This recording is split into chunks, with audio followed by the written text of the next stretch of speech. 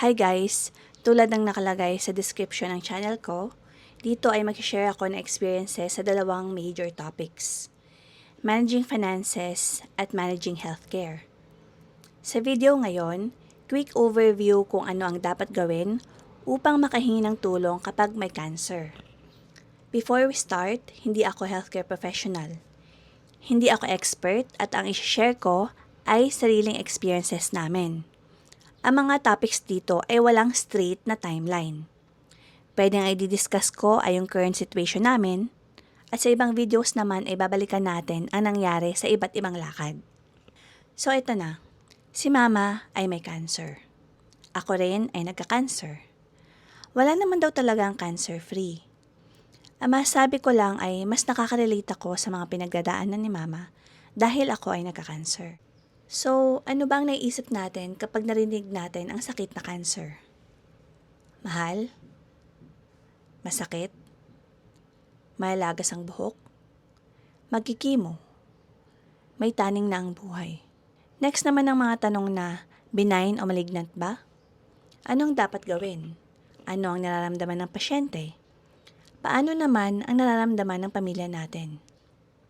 Sa lahat ng concerns na nabanggit, ano ba ang mas madaling i-address doon?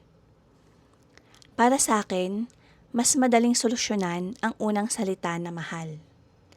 Mahal magka-cancer. Mahirap magkasakit. Mahirap magka-cancer.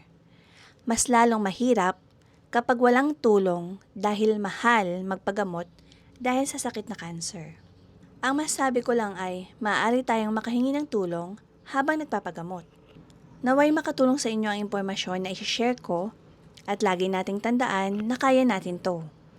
Huwag tayong panghinaan ng loob and let's hold on to God's promises for us. Muli, nais kong ipaalala sa nanonood ng video na ito na hindi ako medical professional. Hindi rin ako expert. Basically, ang share ko sa mga susunod na videos ay ang mga ginawa, ginagawa, at gagawin namin para sa aming Mama's Cancer Care Treatment and Plan. Papakita ko kung anong ginawa na procedure tulad ng blood tests, laboratory, x-ray, ultrasound, biopsy, CT scan at chemotherapy. Magkano ba magpagawa ng bawat procedure? Gaano katagal ang resulta? Saan kami lumalapit upang makahingi ng tulong? Pwede ba ang HMO? Paano naman yung malasakit o social services? Pwede rin kaya yung GL or guarantee letter?